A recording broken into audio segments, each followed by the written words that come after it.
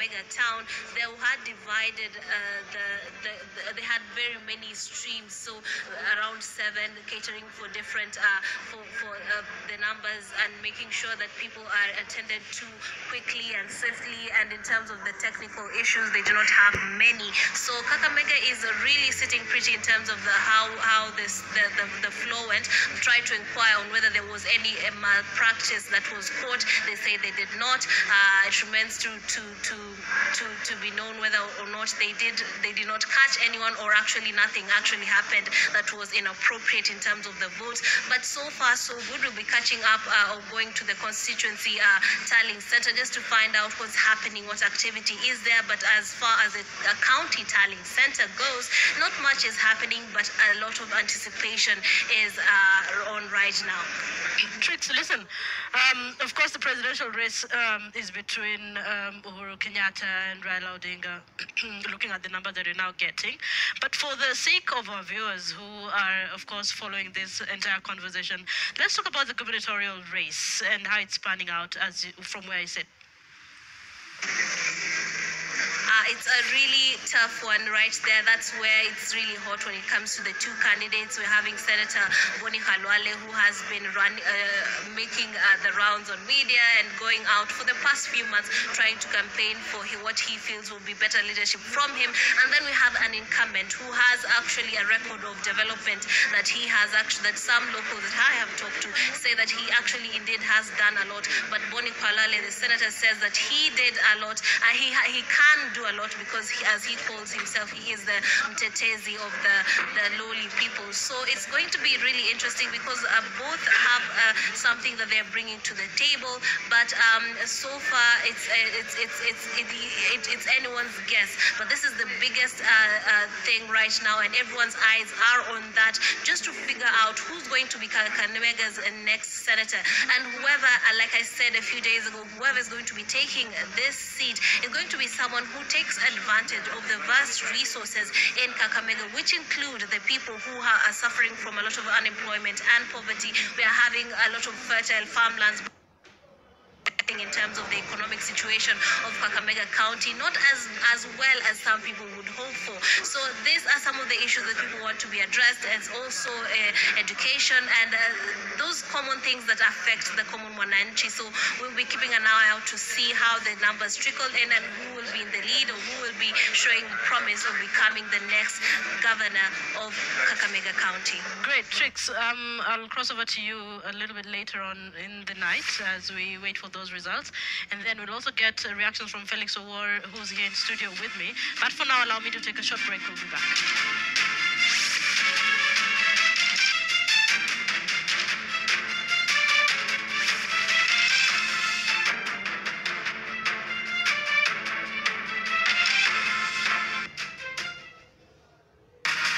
Your election coverage starts here. Kifubi 2017.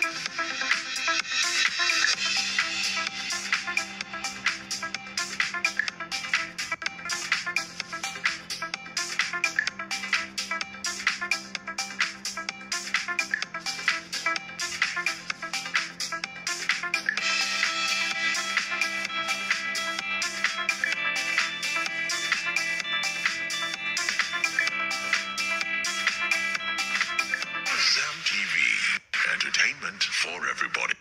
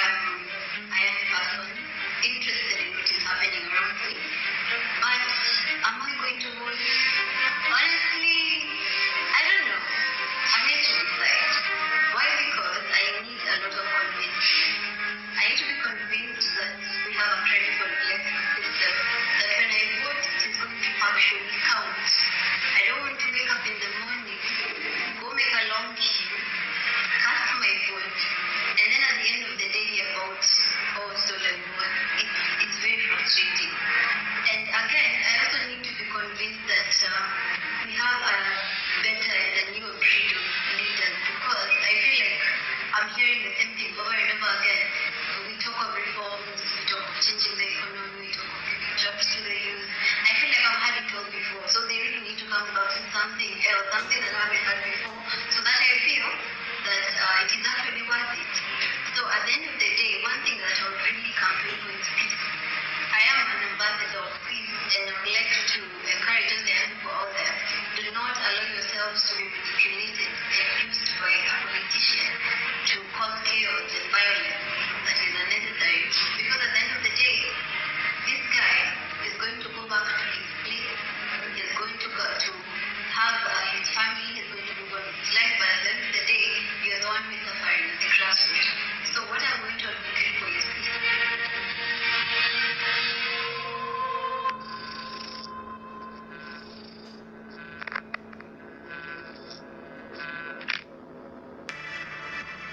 Stop. Before you share news, think. There are half-truths, truth told out of context. All stories and images shared as current, images from other countries passed off as local, and outright untruths. Help make it right and verify your news. For in-depth election analysis and current affairs, purchase your copy of The Standard or visit www.standardmedia.co.ke to get your news briefs on the move.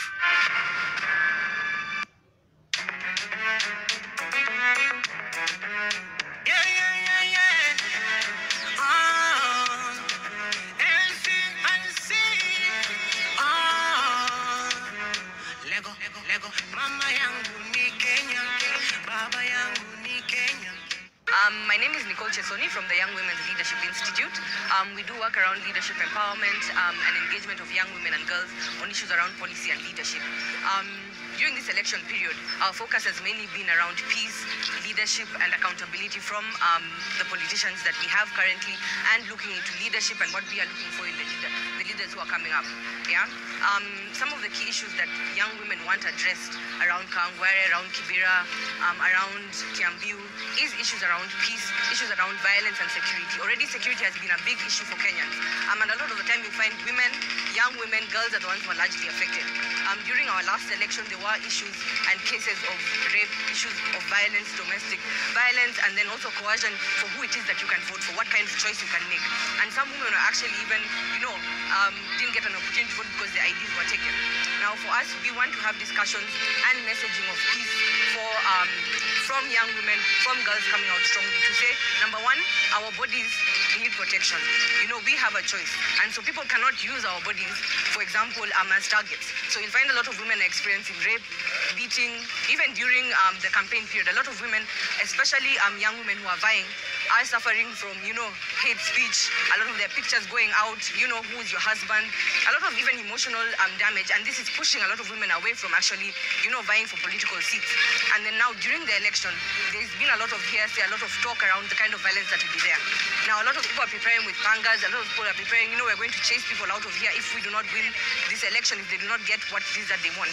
For that reason, a lot of women are actually even leaving. So you have women, children, they're looking for protection. Where are they going? Back to their rural homes.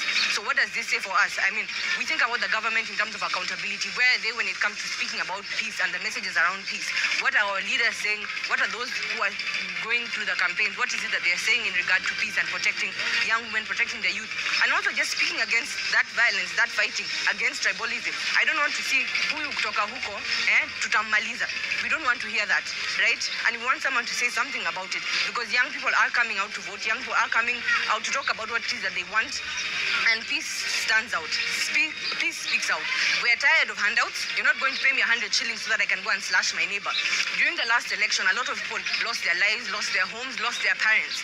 A lot of them have come out and said that this cannot happen anymore. There are still IDPs in the camps. Young people are saying, why are we now the ones becoming the breadwinners? Because our parents lost their lives. Because you came and burnt my house, So in this day and age, I think we need to continue to hold the leaders accountable. We need to give space and opportunity for choice. We need protection from the government as well in regard to what's going to happen during the election. And they need to be accountable for what it is that they are saying. Because then even during the campaigns, we're having a lot of them talking about hate speech, talking about how they will protect a certain, group of people. But then they forget that the people who are coming to cast their vote, the people who are going to suffer the most then are the young women and the girls.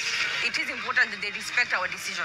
They give us the opportunity to vote fairly and in a protected and secure manner as well, and not to instigate violence in any way, whether or not they win the election. For the voters, for the young women, for the youth, for everybody, for the women, come out to vote. Come out and make a choice. It doesn't matter if you're given 100 shillings, 1,000 shillings. Even if you do receive that money, you have a choice to choose to be violent or not to be violent, to accept what comes out of it and what doesn't. There's been a lot of civic education that we've done, just talking about leadership and the values. Then if you do not see those values, it's okay for you to say, no, I don't want to vote for this person, or to accept to vote for someone.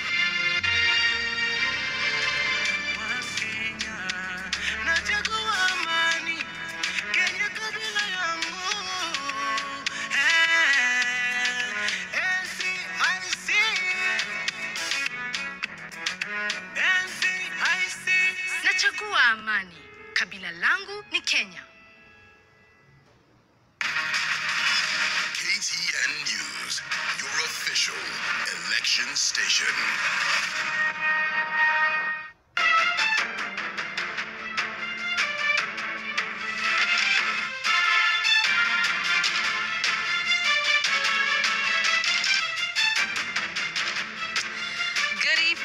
It is 9 p.m. on Election Day. Polls have since closed about 4 hours ago.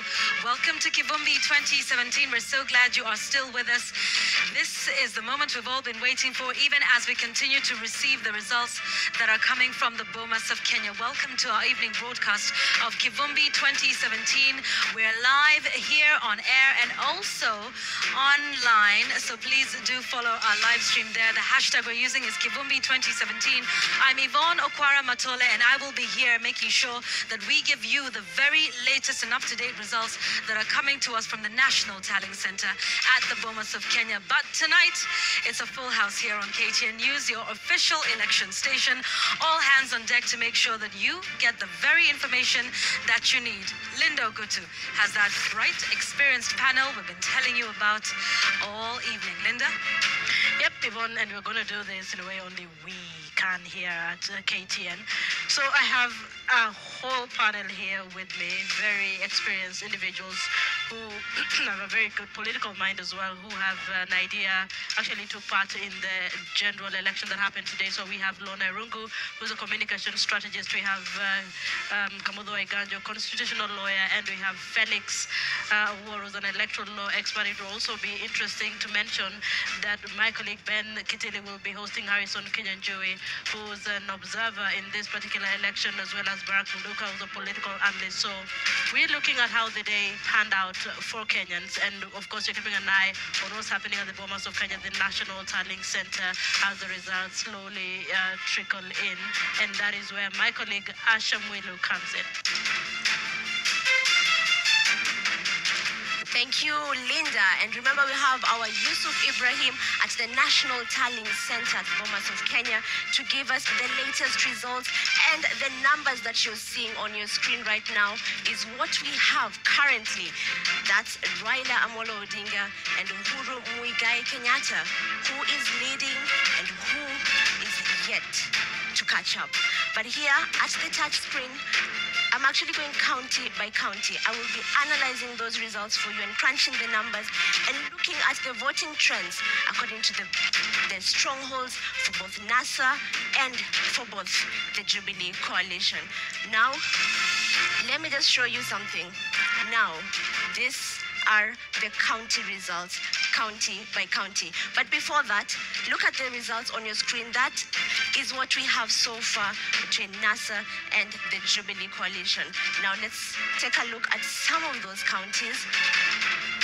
Just to let you know, a county like Isiolo, county like Kajiado, and a county like Nairobi are some of the battlegrounds that the two coalitions will be battling for.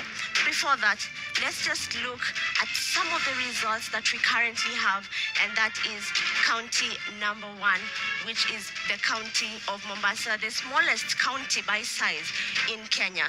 These are the election statistics of that county. We have 580,000 5,223 registered voters in that county. And of course, total population 1.2 million, and the total number of constituencies are 6. So how are the two candidates faring so far? How are the 8 presidential candidates faring so far? These are the 2 current leading candidates in the county of Mombasa. Please remember, these are not all the polling stations that have been counted. We just have a few, but so far, Raila is leading. Here is the results from 2013 in Mombasa County. Raila Odinga took Mombasa County with 73% of the total votes. What will happen this time around? Currently, Raila Odinga is on the lead with 5,273 votes, but Uhuru Kenyatta appears to be catching up with 2,304 results. Registered voters.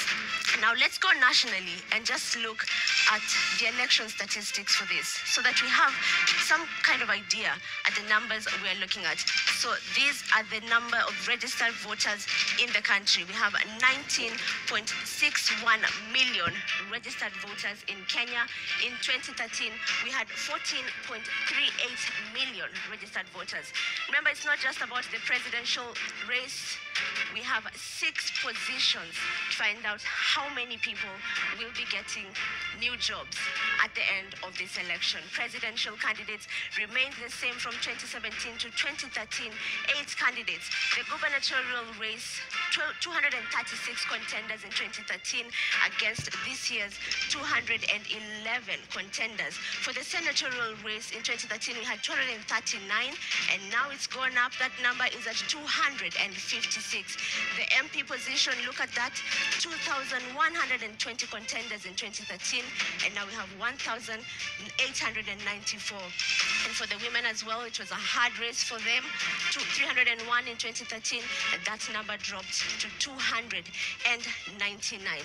Now, apart from the presidential race, remember, we also have the National Assembly, which is the very important arm of Parliament. Both National Assembly and Senate were controlled by the Jubilee coalition the last 5 years. Who will control these 2 houses? Now, last time, for the last 5 years, we had 186 MPs from the Jubilee coalition, while the Coalition for Reform and Democracy, CORD, had 86 MPs. Who will control this house this time around? And what about the Senate? Uhuru Kenyatta controlled the Senate as well, with 23 senators against the opposition's 19. Linda, I don't know what your panelists have to say about this time around. How important will Parliament be? Who will take the 2 houses? In other words, you're asking what are some of the key issues that will determine the results that we'll get in this election. So let me bring in Felix. Felix, what are your thoughts? Asha is asking, so how do you think this is going to pan out? What are the key issues that you think Kenyans are looking at, or they looked at as they went to vote? Well, I think it's clear from the trend that we saw that there were only 2 strong horses in this race, the Honorable Raila Odinga and President Uhuru Kenyatta. And the results that we are seeing so far actually reflect that. I think, first of all, I want to concur with my colleagues that, Kenyans came out in large numbers to exercise their democratic right. And I was encouraged because to an extent I thought that because of the imperfections inherent in our democracy, people had lost hope. But there were people who slept in the polling stations and things like that. As early as 3, guys were lining up. Exactly. As early as 3, there was some people actually slept, were there as early as at midnight. Yeah, there was somebody who was there at 12 noon. I think for President Uhuru Kenyatta, of course, is his record as he delivered over the last 4.5 years, and that is what really people will be looking at. And I think it's a referendum on his presidency.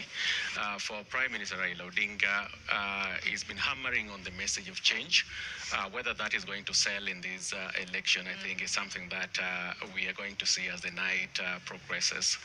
Yeah, but I think those are the 2 main issues that divide the 2 campaigns. So with respect to today's election, if you were to give it your scorecard, what sort of scorecard would you give it? Look, like Lorna said, if you look at the 3 last elections in this country, the problem really is not the voting process. The problem, Kenyans come out, they vote very peacefully, and for these particular elections, I think what has worked is that one, I agree with Kamodo, technology has worked. It failed massively in 2013. By 8 a.m. in the morning, we knew for a fact that technology had massively failed, and the IEBC had advised Kenyans that they were reverting to the manual system. But the tricky part, despite the peaceful elections and despite the process that has generally worked, IEBC personnel, save for minor hitches here and there, demonstrated serious knowledge and training and awareness of the electoral process. I think this election was also very well covered in terms of observers. But if you look at 2007 and 2013, the real challenge is what happens when a voter casts his ballot and the results are declared. In other words, biometric technology worked, the electronic voter identification devices worked, but yet the third most important technology is now in progress, and that is the results transmission system. Is it foolproof? Are we going to see evidence of functionality comparable to the way the AVIS and BVR work today? Okay, so from where you sit, IEBC has done a good job. I think they did, but I think the final test, of course, is the results transmission. That is really the final test, because like Lorna pointed out, there's really nothing wrong with the voting process. That usually is very smooth. If you analyze the last two elections, 2007, 2013. But the challenge is, how do we manage and handle the results? What happens when a voter casts his ballot and the results are declared and the winner known? That is really the challenge that we have as a country, that we really, at the end, we will only be able to ascertain the level of IEBC preparedness and how they procured a credible process when we analyze how they managed this last process that has been very elusive over the last two elections. Yeah, the one good thing about our elections is that every election cycle we improve. The reality is that in 2007, 2000 was a disaster. In fact, even though the election was peaceful, what we found out from the Kriegler report is that there was a lot of rigging. And most of that was by consensus, because the rigging was happening in people's strongholds. So nobody complained. But the reality is that the lessons we learned from 2013 inform some of the changes that we made, 2007, inform some of the changes we made in 2013.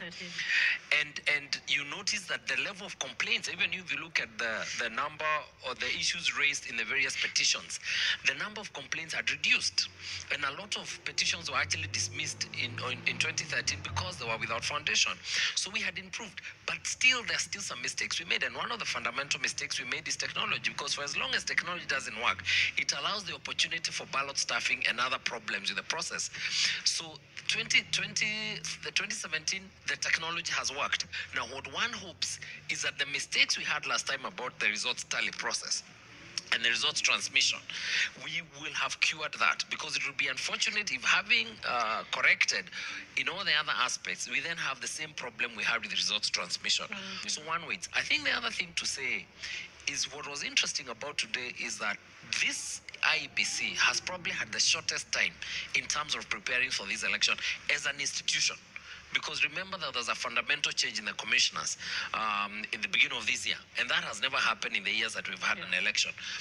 But I think kudos must go to the Secretariat, because it appears like the Secretariat carried the burden, kept things moving. And so in a sense, a lot of work has been done by Ezra Chiloba and his team.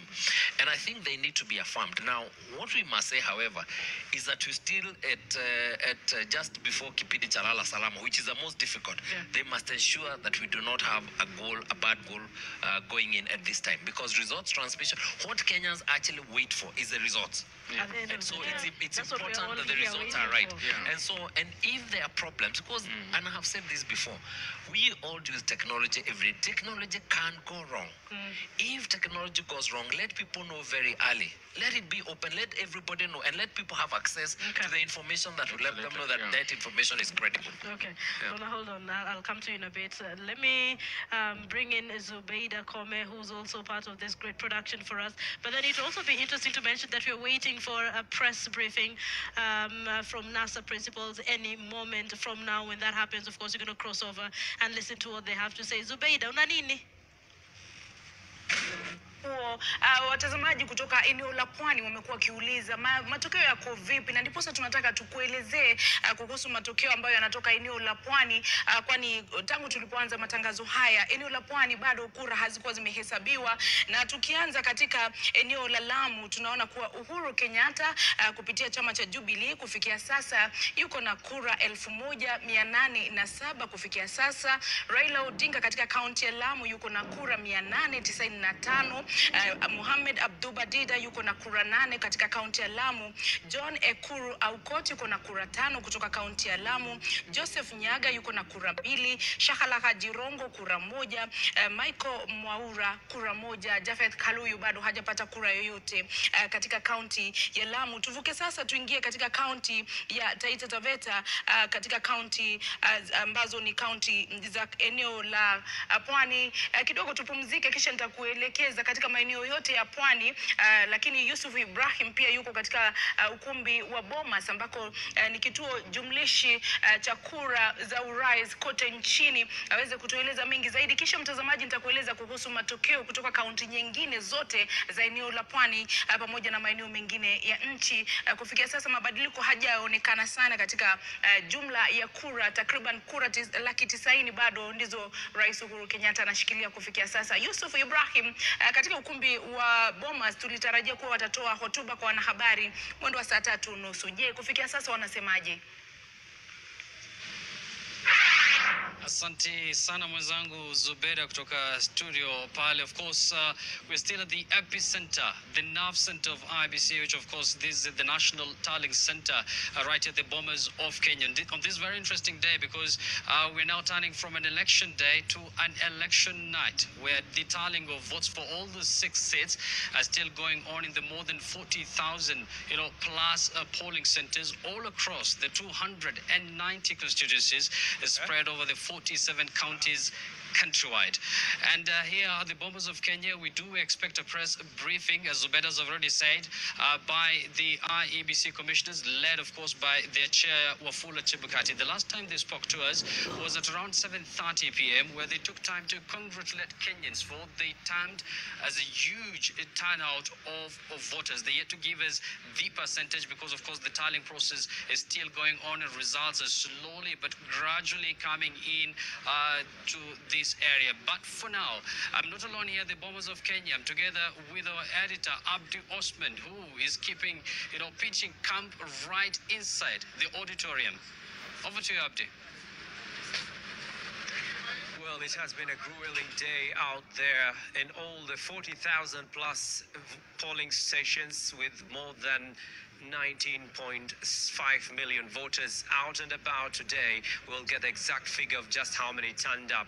We're also being made aware that there are quite a number of people still voting. An IEBC briefing is awaited any moment from now. We will be able to ascertain whether the few ballot polling stations have also closed. But what a day it's been out there. Here at the National Tallying Center, the calm before the results start trickling in proper, because the figures that have so far been given to the public through the platforms that the IEBC has set up are actually just for the very few stations that the results have filtered through from. So we're still awaiting word on that. Observers have started coming into this tallying center. The security is very tight. Representatives of different political parties are also here, but all eyes will be on the podium right behind me, where the IEBC commissioners will come to give a briefing. Right now, the tallying center, nothing much is happening, but keep it here because this is where the action will unfold for the very better part of this night. And certainly by tomorrow morning, we will have a good idea of how things are faring on. For now, though, the tallying center is just what it is, a highly secure facility, ushering in the visitors who have been accredited to cover the events here as people await word from the Electoral Commission. Well, thanks a lot, Abdi Osman. That is him there at the Bomas of Kenya, where, of course, the National Tallying Center is located, and they're keeping tabs there. Now, the British High Commissioner earlier today tweeted, "A historic day for Kenya. World standards, with you celebrating democracy. I wish Kenyans a peaceful and empowering election this season." Let's take a look at, the total number of votes so far received. The valid votes are about 1,571,940, and at the moment we're looking at about 177 disputed votes, and the rejected votes at the moment stand at 44,357, while the objected votes are at about 133 votes. And there you go. That's just about what is coming out of the IEBC portal. But if you take a look also at the numbers here in the lead so far at 57.54%, Uhuru Kenyatta is still at 904,477 votes, and Raila Odinga at 656,293 votes. That's about 41.75%. Joseph Nyaga, 3,249 votes. And we also have John Ekuro Court, 2,569 votes.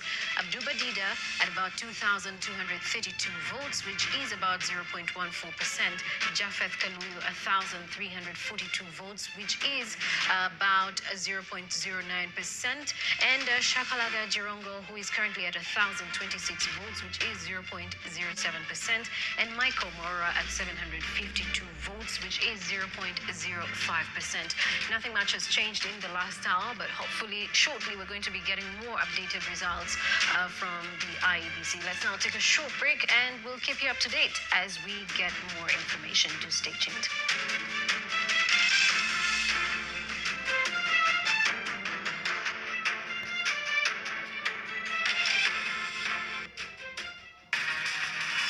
KTN News, your official election station.